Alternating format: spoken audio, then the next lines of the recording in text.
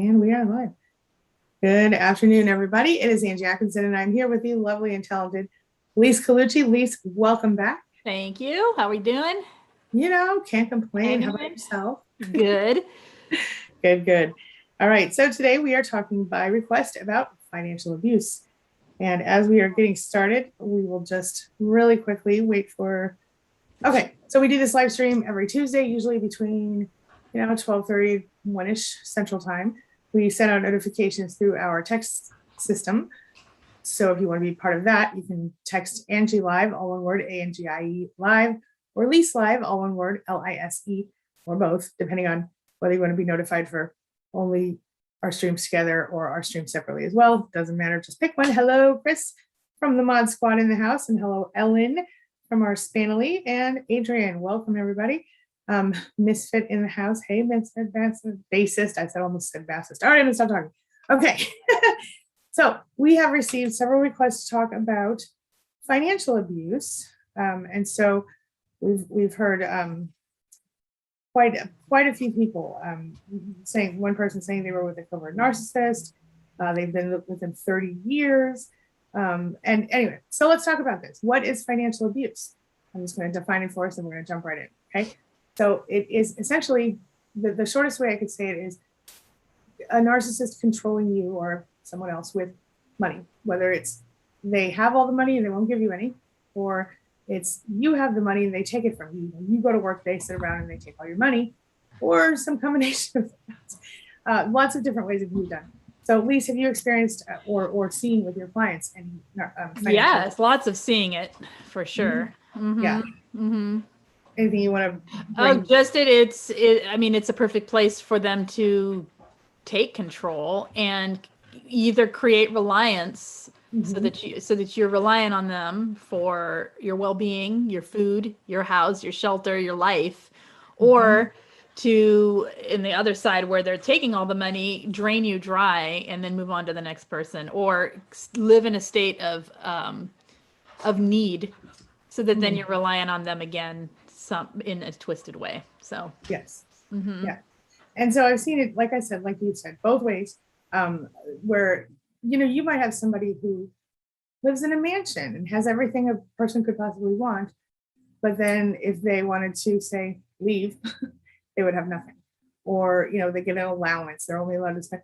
Or there are these situations where you have people who their person checks every item on the receipt and make sure that that item was in fact purchased and that they don't have any spending money. And I've even seen people go so far as to prevent, and usually these, not always. I'm just thinking of one former client I have where the family was living in a house that was way too small. And even though they had plenty of money, the narcissist in the family refused to move because they were too cheap. Because eventually the kids would grow up and move out and then they wouldn't need any more house than that. So I've heard of that too, where they have a lot of money. The narcissist has a lot of money, but they won't even buy new clothes or anything new except the things you can't buy used, like underwear. Right. And leave people in a state of feeling like they live in poverty, mm-hmm. and a state of need. When you're in a state of need like that, when you're in a survival mode, your brain changes into survival mode thinking, and it's a lot harder to leave them, even though it seems like obviously we'll just leave. So true. It traps you. Yeah. In fact, not just that, but it's also like on top of that, you have people like, I have actually seen people who literally, and these were not clients because they had no access to money. These were people that I just met in groups and here on YouTube and stuff, where they have had like to struggle to eat while their narcissist is over there living it up in the same house, mm-hmm. Or they couldn't buy the things their children needed or whatever. And yet there was money, they just weren't allowed to use it. Even in some cases when they were the only ones working. That floored me, but it happens. So yeah, I've heard also of narcissistic parents with a lot of money who use the potential inheritance as dangling over the children's heads for the rest of the life of the parents. And then all kinds of things that happen when there is an estate. Oh, yeah. Yeah. Yes. Mm-hmm. I've had more than one client who, seemed like they had a great life and they had a nice place to live. Maybe they even owned a whole big, beautiful house because the parents bought it for them. where the parents essentially, what is it called? At least dependence. It's called like learned dependence. Learned dependency. Learned Yeah. dependence. Uh-huh. Yeah. Where they Learned helplessness. Learned helplessness. That, Yes. yeah. Yes. Where they basically, parents never help the children learn adult skills, like how to be an adult. And so they essentially just let them be kids forever because they can control their every move in some way because they have the purse strings. I've seen a lot of trust fund babies in that situation. One of them actually broke out of it and ended up not getting anything when her very wealthy parent died. But she had already built her own business and she's doing great. Her other siblings, we don't know about them, but she had gone no contact before that. So yeah, I've heard of that too. Or having them paying for college, paying for housing, paying for everything. Sounds awesome, right? Oh no, not when it's a narcissist that's doing it, because then there is basically they own you for the things that they've paid for. Yeah. Yeah. It's ridiculous. And then they've conditioned in the person's head that they're not able to do it themselves. Their only worth is the value that they have given them. Yeah. It's all kinds of messed up. I know. It's ridiculous. It is. It's crazy. Okay, let's see here. We've got a few people in the chat. Thank you, Helpful Mom, from the Mod Squad for putting in the notices in the chat. So if anybody wants to know, hey, Sparkle, if it, that oh, over there. Anyway, she beeped at me. Anyway, no, the thing is, I lost track. Sorry, back on track. Okay. Financial abuse. Okay, so I would say personally, I experienced it in my first marriage, but only because my ex-husband didn't earn very much money, and he would like once every few months go out and steal all of the money in the bank, which was very little if we're being honest, but it would leave me unable to pay the rent, unable to take care of the food needs for my child. And I actually, this is horribly embarrassing, but back then 20 something 31, gosh, a lot of years ago 25 years ago, 23 years ago, had to go to a food pantry and ask for help because my ex-husband stole all of our money and went out drinking or whatever. I don't actually know what he did with it. I knew he came home the next morning drunk every time.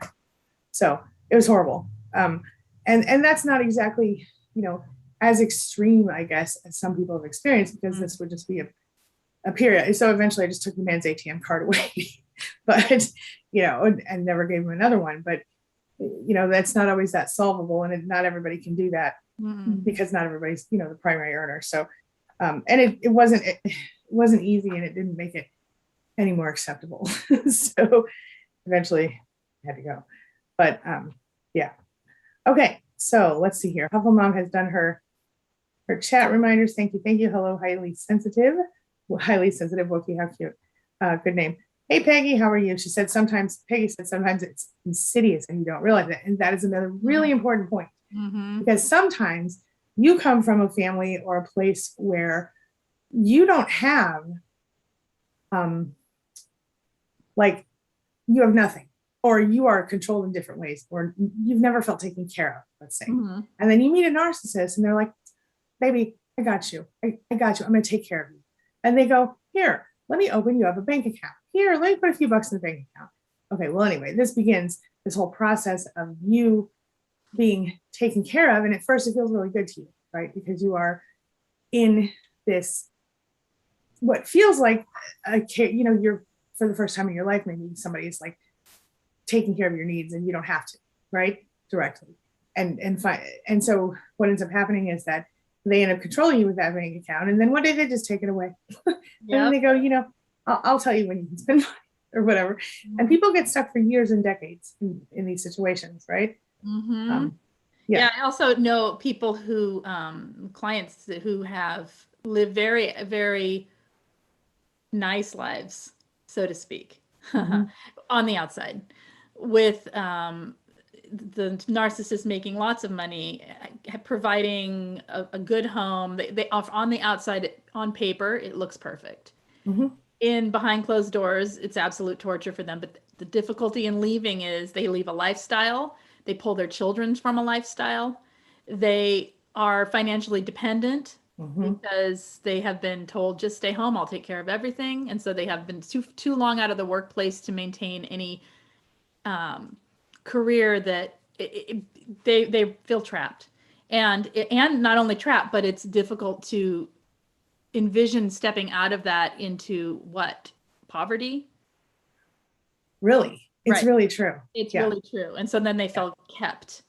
And exactly. Yeah. And people don't, a lot of people are like, you know what, so what? Just you're being No, abused, just get out of there. No, But there's it's, children and there's lots of things involved for people. yeah. And people don't understand what it is to step out of that lifestyle and into the rest of the stuff. And it sounds like, well, you know, it should, but it's not.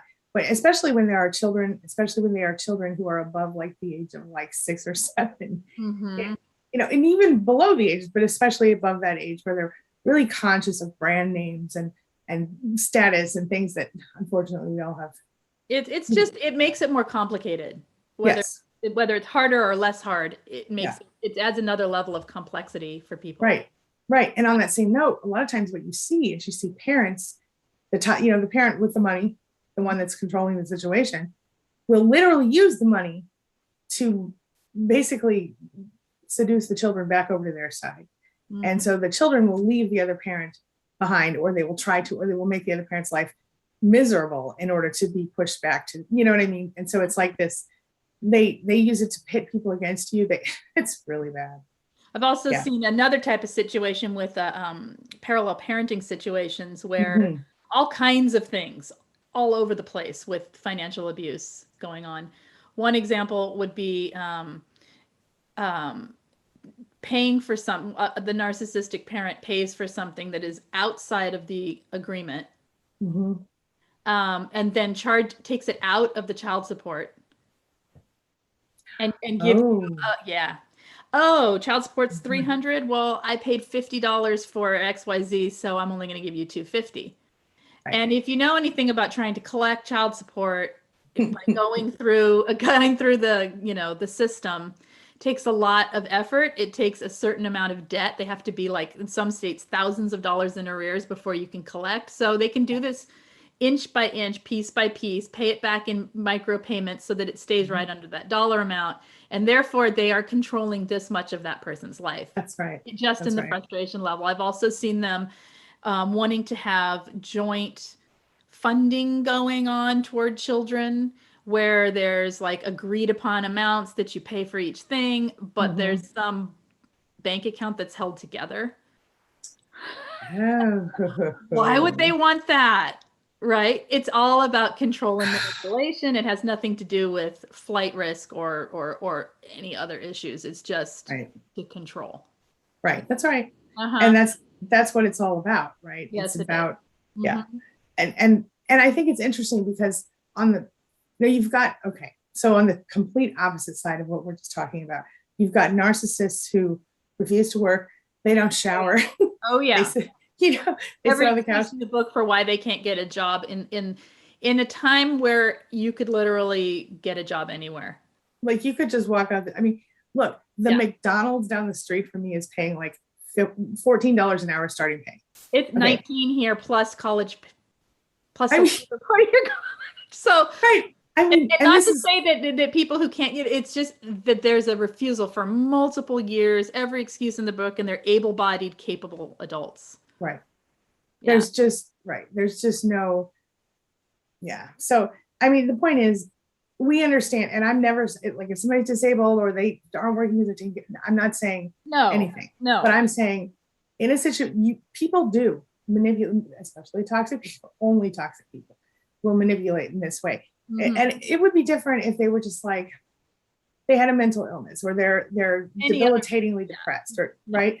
But narcissists do not have a mental illness because they're narcissists. They have a personality disorder that's different. Yes. And they can, in fact, work. If the ones that I'm talking about here, they could work. They could stand up and walk and do things. Right, exactly. They're not stupid, right? Excuses to not to make somebody else do the work. Yes, and to control them that way. Yeah, I know this one client that I have, a former client. She was telling me how her ex would sit on the couch, play video games all the time, and he would go play with his friends during the day and do different like childlike things. And I don't mean childlike, I mean like teenager-like things. And then this man, they had a baby, and she thought, oh, great, he can be a stay-at-home dad, right? No. No, this man made her pay for daycare. Oh yeah. I was like, girl, what are you doing? because why would you pay for daycare and his ass? They're both, yeah. I mean, sorry, but daycare is really like, what's he doing? Why does he get to live there if he's doing nothing? You know, like, I don't understand. Yeah, I've heard the aging narcissists do this too, where they will find a sugar mama, so to speak, or sugar daddy. Like they will literally find someone with money. Yep. And they will appear charming. Let me give a modified example of a real story, which is like pretended they had money, pretended they had this amazing job that they'd retired from, pretended all this whole life. They were grifters. He was a total like couch surfing, but he could play the part. He knew how to play golf. So obviously, that's that. Yeah. Literally had her buy him golf, like lived the high life in her home and then began barking the orders as if it was his home. Oh, hell no. Oh yeah. And then wouldn't leave. See, that's another thing. And then guess what? He had two other women that he could, so he couch surfed again from one to the other, and he would dump one, move into the other one, hoover one back, hoover one back, hoover one back, hoover one back. So he never had, yeah. And they couldn't figure out, like, why would he want to be with her? She lives la la la. And I'm like, don't you see what he's doing? Right. He's using all three of you, so he never has to work a day in his life and is fed like a king. Yeah. Wow. Yeah. How old was he? Do you know? I think in his early 70s. Wow. Yeah, a really good looking. That's pretty impressive. Put together, like, he was charming snake in the grass. Horrible. Yeah, and that's the thing. It could look like any of those things. You know, I mean, and the same thing happens in the trailer parks and the. Well, that's what I mean. Like one of the homes that he was hers, and it was luxurious. Another one was didn't have a lot of money, and so he literally slept on a couch. And another one was more in the between, and he just lived, whoever would take him for that amount of time.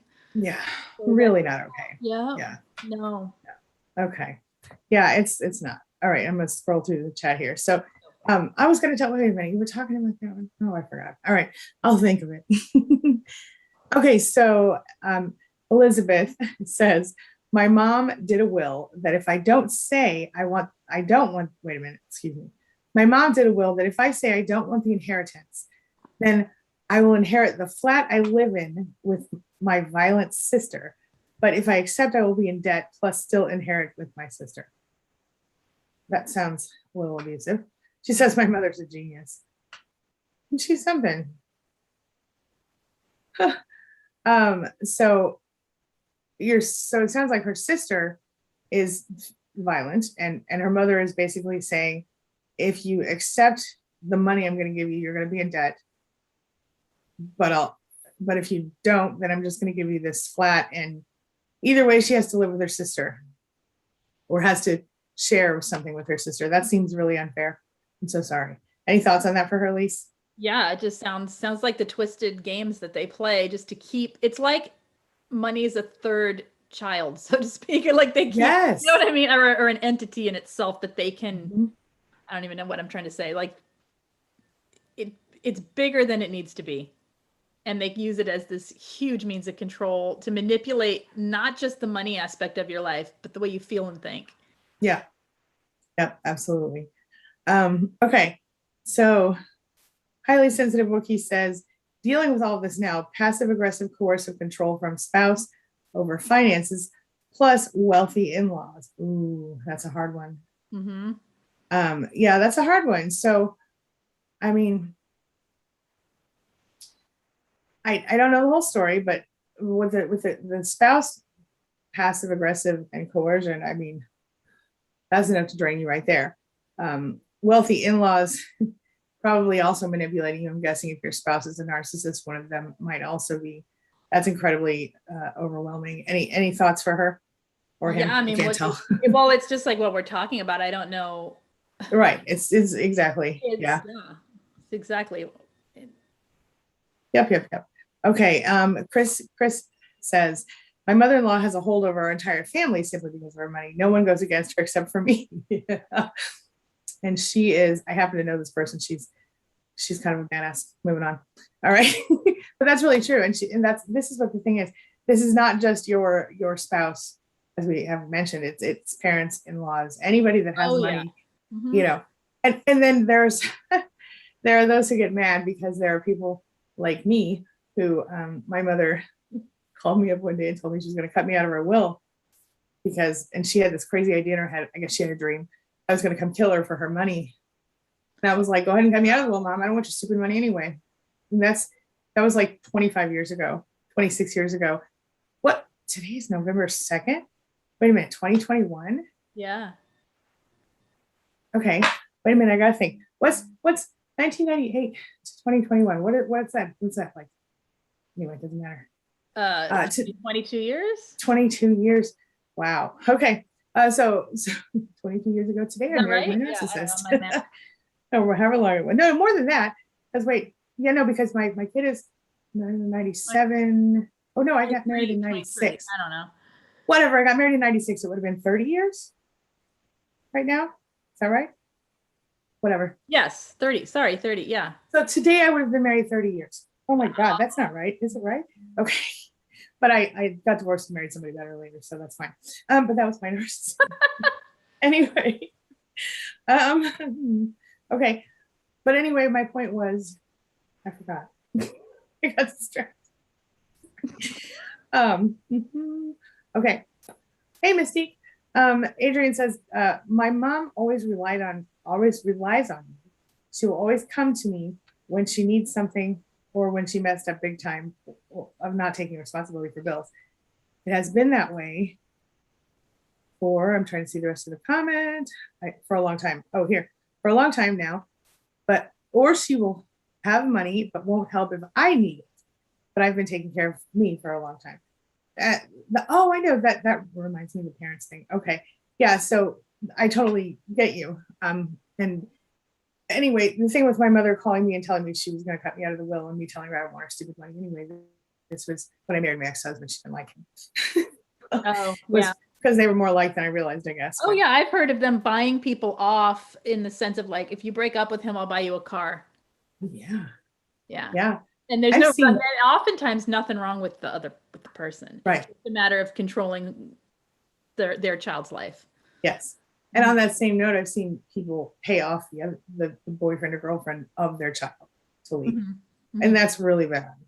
But I figure, you know what, if they're going to leave her for whatever amount of money, then obviously they're not for you anyway. So bye. I don't know. I'm just saying.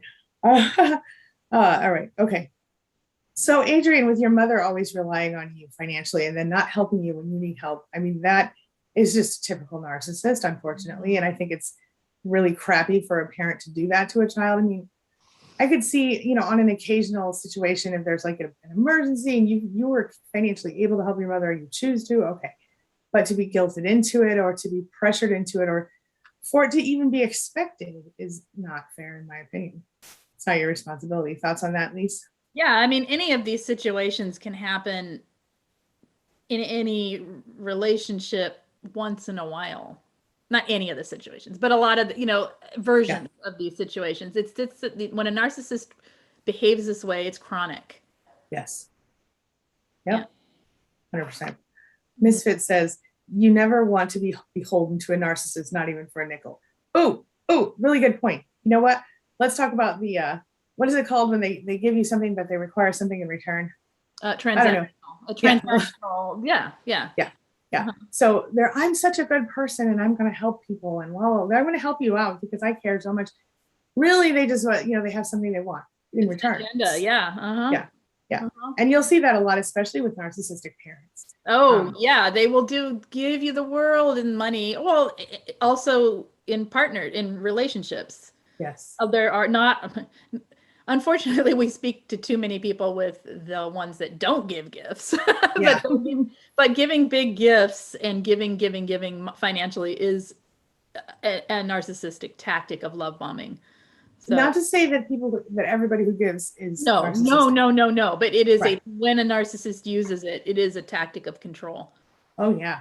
Mhm. And you'll have the ones that they give.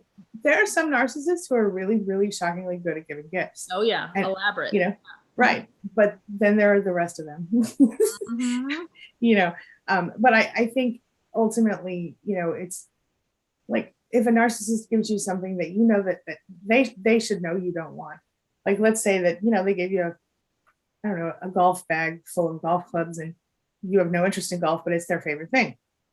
Oh, For there's that. example. Oh yeah, it's expensive and it's nice, but it's like, Right. what am I gonna do with that? Yeah. They're gonna be like, actually I need some new golf clubs. Those happen to be the size for me. Woo.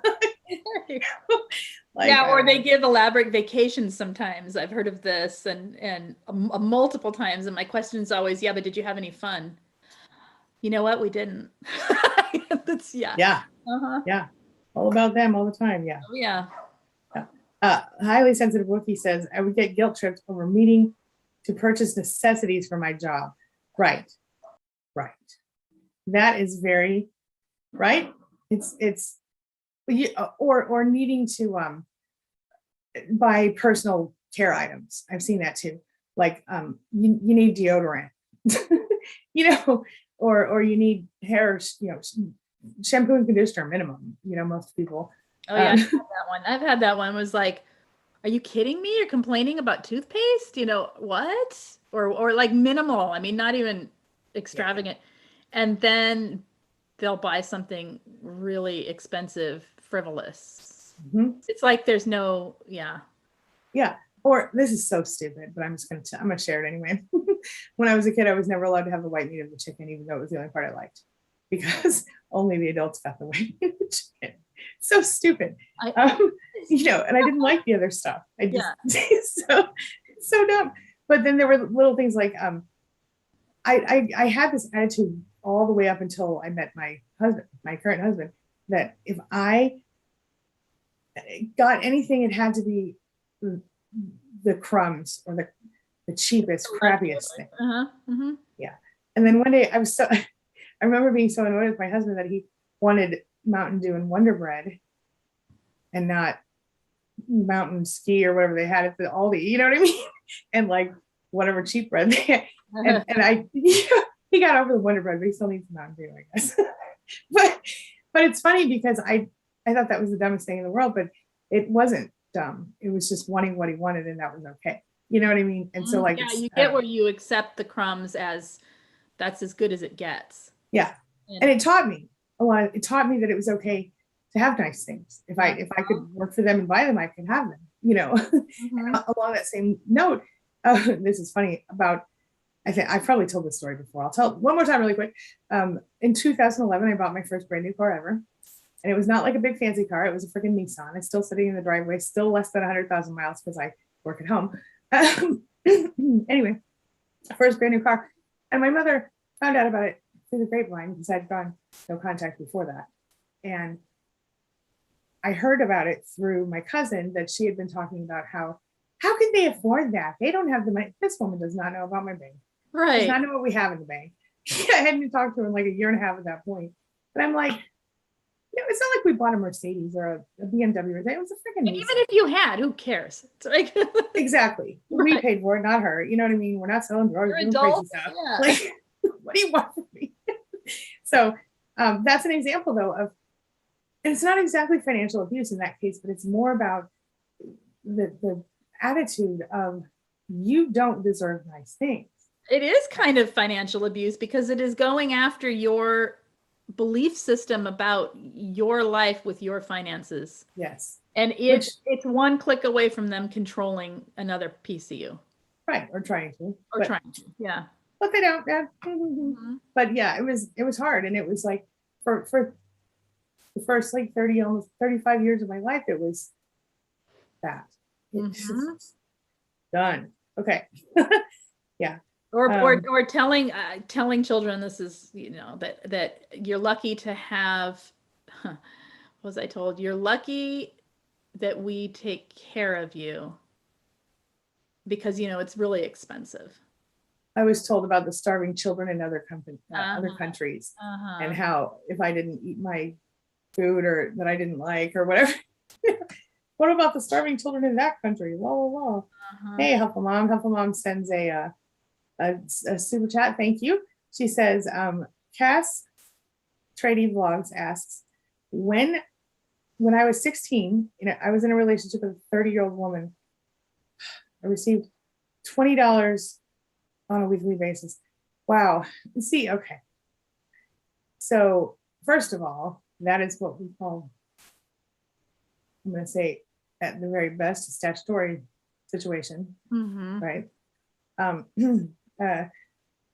I feel really sorry and sad to see this. I have an 18-year-old child, and I can't fathom him with a 30-year-old person. No. Right?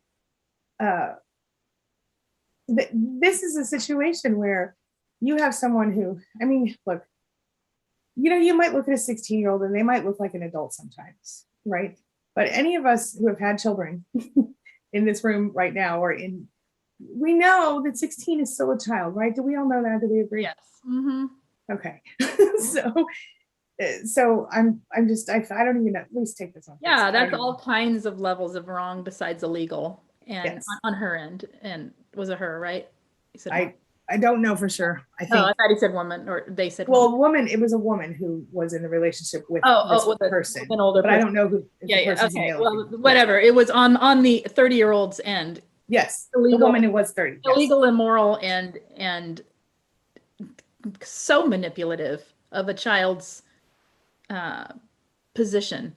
Yeah. So much more power. Right.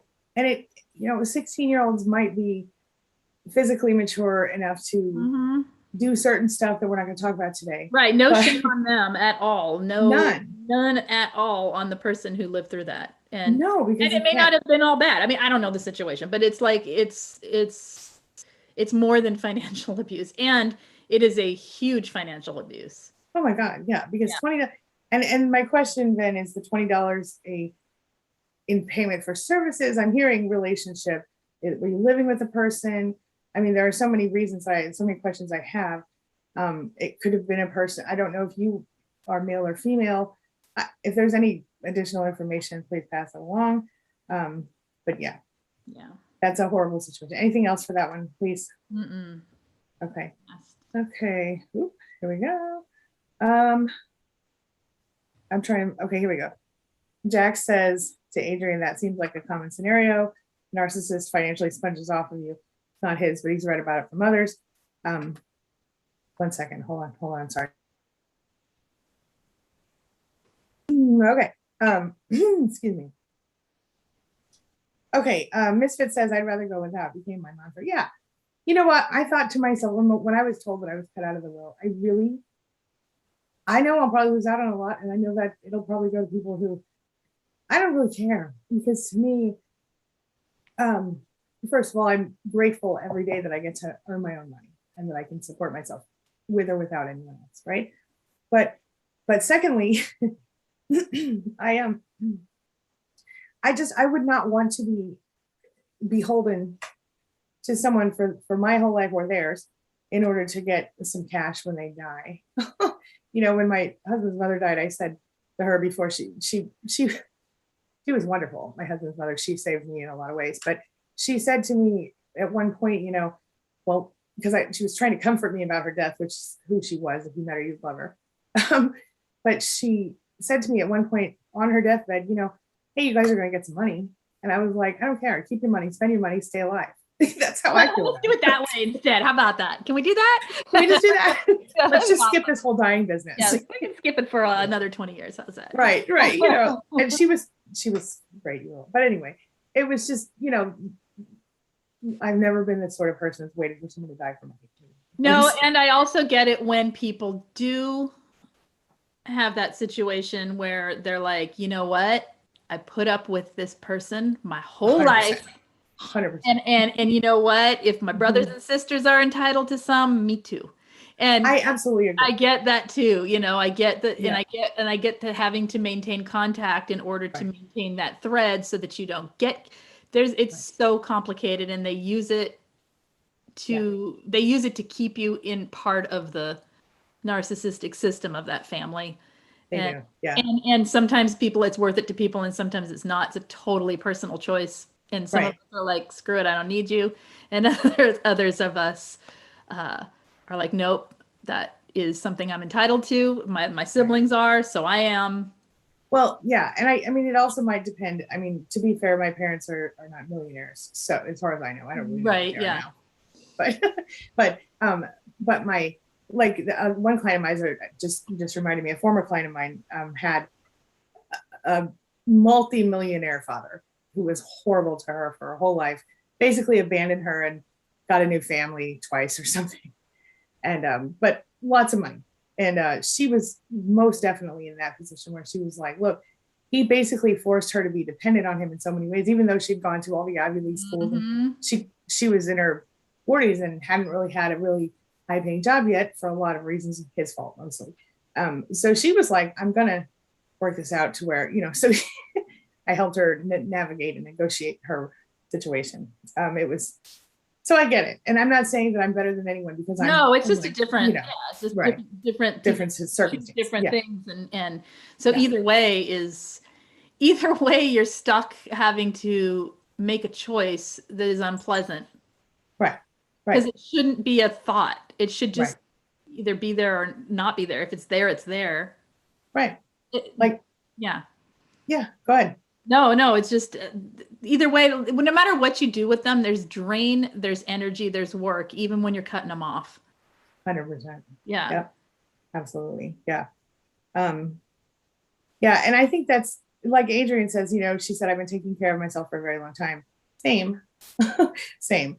And that's, when I moved out, I mean, I went to college when I was 18 and I just never came back.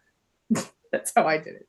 And so my first year after the dorms, I moved into a tiny apartment, and I was hungry sometimes, but boy, I still wasn't going back. Right. Was not. Anyway, everybody's different. Everyone's different and handles it different, and we all have different ways that we were manipulated. Your mom, she didn't make you tough. You have a tough nature on your own that is gonna, your strength is in that, right? And you're saying, you know what, I ain't doing that. Right. And some people don't have that same personality type, and so that isn't their mode and method. But the way your mom was to you, she was so harsh and so hard that kind of pushed you away. There wasn't a lot of pullback.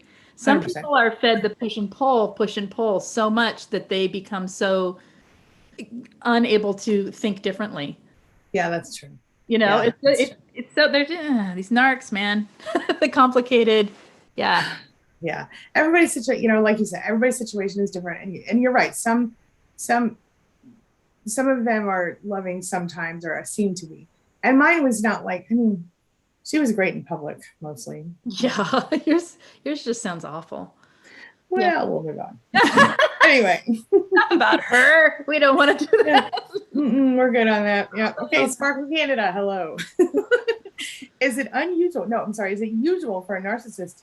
Oh, this is a great question. To be easy prey for MLM schemes and scammers. How to deal with that when one is financially dependent. Okay. Are the narcissists? Yeah, believe it or not. Yes. Okay. Is that what you're asking? Okay. Yes. I have seen this a lot. Oh, yeah. And not just for MLMs, but for commercials in general. Anything that tries to sell them some easy, whatever, easy, but even if food sometimes. But yes, I've seen that. And it's not all narcissists, certain types of narcissists, because they play on, they're so smart, those MLM people. They teach their people to play on your ego and your desires and the things that you really want. And they twist everything around to make it seem legit. But even the people that do make money, they work their butts off a lot harder than probably realize. Anyway, thoughts about the MLM scammers? Yeah, and I think if they play into it as in becoming a distributor or whatever for these particular things, I think, and first of all, I don't think all MLMs are evil things. I think I agree. It's just a means of selling that sometimes works, sometimes doesn't. But there are evil ones. I know I'm thinking of one in particular that I know is really bad. And I would say they teach people in their training to behave like narcissists. So, Sure. Yeah. so yeah, that would be attractive to someone who already behaves that way. Like, Excellent point. yeah. Yes. Yes. Yes. And as Adrian says, yeah, narcissists tend to be money hungry one way or the other. Even if they have a lot of money, you know, like we said, if they have a lot, they use it to control people. Now there are those who have a lot and they're super frugal, like the one we talked about where they were living in the too small house, you know, or the ones, and by too small, I mean, it had like 2 bedrooms and they had something like 3 or 4 kids. Yeah. I mean, no. Okay. Not acceptable. And the parents had a bedroom. And so you had 4 kids, 2 boys, 2 girls, something like that. It doesn't work. Yeah. It doesn't work. Anyway. And they were like big kids, teenagers, you know, they weren't like little babies. So, and it would be different if you couldn't afford it. Then you could like set up some dividers in the basement or something. There's ways to work it. Yeah. If you have to, and it's totally different when you have to, but when there's means and they're doing it on purpose, they're purposely keeping it. Yeah. Yes. They're intentionally making your life harder.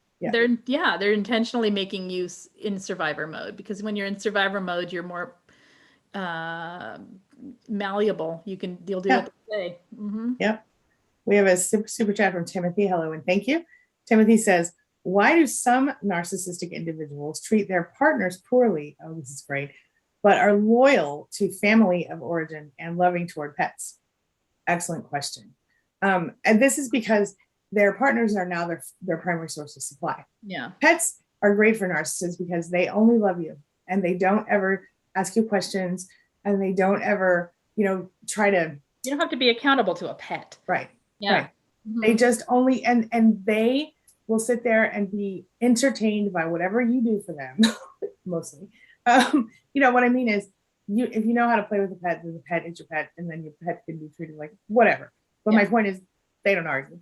They don't ask for things. They just want your time and attention, which you give them or not. And if you walk away, they might cry, but they're not going to follow you out the door. You know what I'm saying? Yeah. And they don't make your life, I mean, personally, I think they make your life a little harder, but like cleaning up poop and stuff. But usually a narcissist has a partner to help them with that. So exactly. Right. But why do they? I think it's about supply. And why are they treating their family of origin that way? Again, it's about either their family of origin also has some toxic, most likely has toxic elements to it, and they're kind of playing along with that, or they are, you know, they are literally doing it just to put you further in the box, or to treat you. You're the primary source of supply. The family is not anymore. That's what I think it comes down to. But Lise, what are your thoughts? With the family of origin, when you have a narcissist within a family, it isn't just a narcissist and mom, a narcissist and whatever. It's a system. It's a total system. So whatever role they have each person in their family in, that's where they keep them. So what may look like they're treating them good could be scapegoating, could be golden childing, or golden parenting even, you know, like mommy's perfect, daddy's evil. Like, you know, they have them, or they have, a lot of times parents are enabling. Say they're not toxic per se. They may be enabling this child that is an adult now. And so they don't give them any reason, meaning they aren't holding them accountable, just like the pets don't hold them accountable. And when a narcissist is not held accountable to anything, they don't devalue quite as obviously when it's not someone they live with. They're no longer living with their parents. They only deal with certain points. So again, not primary supply. Primary supply, behind closed doors, you see the worst of the worst. Yeah. And if they're communal narcissists, they need people on their side. So they need a harem, or they need a fan club, or whatever you want to call it. And if that's who they're using, their family for that, they may use coworkers for that. They may use church groups or other groups or whatever. They need everyone to see the fake them. They put the mask on. I'm this amazing person. They need the world to see that. Maybe their family, that's what they need to see. And then behind closed doors, the mask comes off and they're awful. Yeah. And the reason they do that is because how could you wear a mask 24/7? It's not really them. It's fake. It's to say, see, I'm perfect. Everyone else thinks so. Yeah, Right. absolutely. All right. Okay, we have this. Wait a minute. We forgot to touch on one thing. How would you deal with the MLM narcissist when you are financially dependent, I assume, on that narcissist? And so I just want to touch on that. This is a tough one, right? I would say start looking for a job or a way to make money from home. And I would say, do your best to not be financially dependent as quickly as possible. Otherwise, if you have no choice, then I would start tucking away whatever money you can as you can. Like when you go to the grocery store, you can like get an extra $20 and put it in a box somewhere, or even a safe deposit box. I mean, have it at a trusted friend or family member's home if nothing else, or tape it up to the top of your closet. You know what I'm saying? And just try to save up some cash if you need it. But I guess I would need to know more about the situation. Any other thoughts about how to deal with that when you're financially dependent? Right. I think it's the same with MLM or not. Right. It's what you're suggesting, finding ways. And also, if you're married, seeking legal counsel to know what your legal rights are before you start making any moves. A lot of times they'll have suggestions for how and what you can legally do with the joint money and what you can't do. It's tricky to get out. It's really finding your own life and disentangling slowly, sometimes rapidly. Sometimes slowly, yeah. Yep. Okay. We have Amanda, and she says, oh, wait a minute. I missed one from Mystique. Mystique says, my ex is begging me to get back with him and love bombing and talking about the future. Well, we've got a Hoover in the house. We know what that future is. It's fake. Yeah, future fake. Mystique knows. I'm pretty sure. But that's the thing. I hope that you're not falling for that. I think I believe that you're not, because otherwise you wouldn't be in this room talking with us still. So thank you for that. Amanda says, my narcissist would always say he feels bad he's taking money from a single mom, but then never pay it back. I'm guessing you were the single mom. Of course, they say whatever they need to say to get what they want. To keep doing it over and over again, right? Exactly. Yeah. And so in that case, the best thing you can do is stop giving it to him. I'm sorry, I don't have it. Yep. Period. And unless he has access to your bank account, in which case you can always fix that, Yep, quickly. Right. Right. Let's see. Elizabeth says, I don't remember. Oh, never mind. That's separate. Okay. Hey, Bonnie, welcome. And thank you for being here from the Mod Squad. Bonnie, Jack, Buffalo Mom, and Chris in the house today. Thank you guys. Misfit basis, less than zero. They leave you in debt. It's what they do. Indeed. Oh, we have a super chat here from Green Spud Trades. Cool. Marriage gives a person in your life financial leverage in a way that no other social relationship can. Yep. No way out but messy divorce. I mean, that is not a lie. It's not. That's the thing. It's one of those. Yeah. Legal marriage is, like, I'm not saying bad things about it. There are good things about it. There are, but only when you're not with the person who's. Only when it works. Because otherwise it's all bad. The financial part of it. Oh my gosh, that's the worst part. The worst part is the fun is getting the disentangling all of that. It's bad. Yeah. Nobody wants that. And you're right. It does. It gives someone leverage. I mean, outside of your wealthy parents who can maybe have leverage over you because they own you or whatever. Oh yeah. But I mean, but that's exactly why it's like it goes past just using you into what we're calling financial abuse, because absolutely. Yeah. Unacceptable. Yeah. And marriage is, we'll move on. Okay. Highly sensitive Wookie says, thank you, Angie. Lise, your communities have been a huge help. I'm so glad to hear that. That's for both of us, lady. Okay. And Upsetter, cool name, says, oh, they have no problem taking money from a single mom. Ain't that true? None. They don't care. They would take money from a man on the street. Yeah. They don't, or a woman. They don't care. They would just, they want what they want, and they care nothing about how anyone else is feeling, nothing how their circumstances are. If they could take my ex-husband took our rent money and our food money. and drank it up or whatever he was doing. I know there was drinking. I don't know about drugs, but I suspect.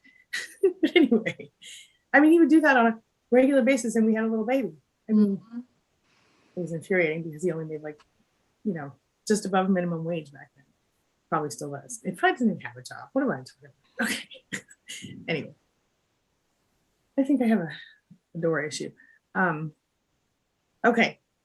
And then we have Jack saying, I don't know about usual, but Alpha Mom and I have a goodly amount of experience. Goodly, that's a good word. Of experience with MLM. Oh, before Boss Babes. Interesting. I did not realize that. He said before Boss Babes, it was rife in the LDS Mormon Christian community. I don't think Mormon and Christian go together technically, but they do. So, I mean, the LDS, the outside of, I'm going to stop that right now. Outside of the LDS, I'm thinking of the FLDS. Okay. Sorry about that. But the LDS, especially in Utah, I was not aware of that, but that's an interesting, and that is especially interesting because I feel like they're tapping into I didn't know that. I'm going to stop talking about it because I don't know. Yeah, I know. My brain's going, Yeah. Yeah. Yeah. I don't know what I don't. Okay. Adrian. Yes. Canada. Okay. I missed that. Okay. Bonnie agreed with something you said at some point, but I don't know what that was because we're behind in chat. So. Yeah, I know. Yeah. But she said 100% to us. Time. I have to leave pretty soon. Oh yeah, sure. You're right. Okay. All right, guys. As a matter of fact, so do I. So I just lost track of time. I did too, and I just looked and said, "Oh, there we are." Sorry about that. Okay, so we will be back here next Tuesday for another live stream. As always, thank you so much for joining us. Thank you for sharing your time and your day with us. If you have questions, comments, concerns, things you want to talk about next time, let us know in the chat. Tell Jack Lumen, one of our moderators here, he put it on a list for us, or leave it in the comments below when this stream goes, when it pops up on later. Okay. Okay. Thank you. Huffle Mom will walk us out with all the reminders, I hope. Thank you. And to our Mod Squad, Jack, Bonnie, Chris, and Huffle Mom, we love you. We're grateful for you every time. And to everyone who's here, all the same things. Have a wonderful week. Please. Thank you. See you soon. You're welcome. Bye-bye. Right. Bye. I'm getting there. Now, I'm going now. Now we're going. Here we go. I thought I clicked it.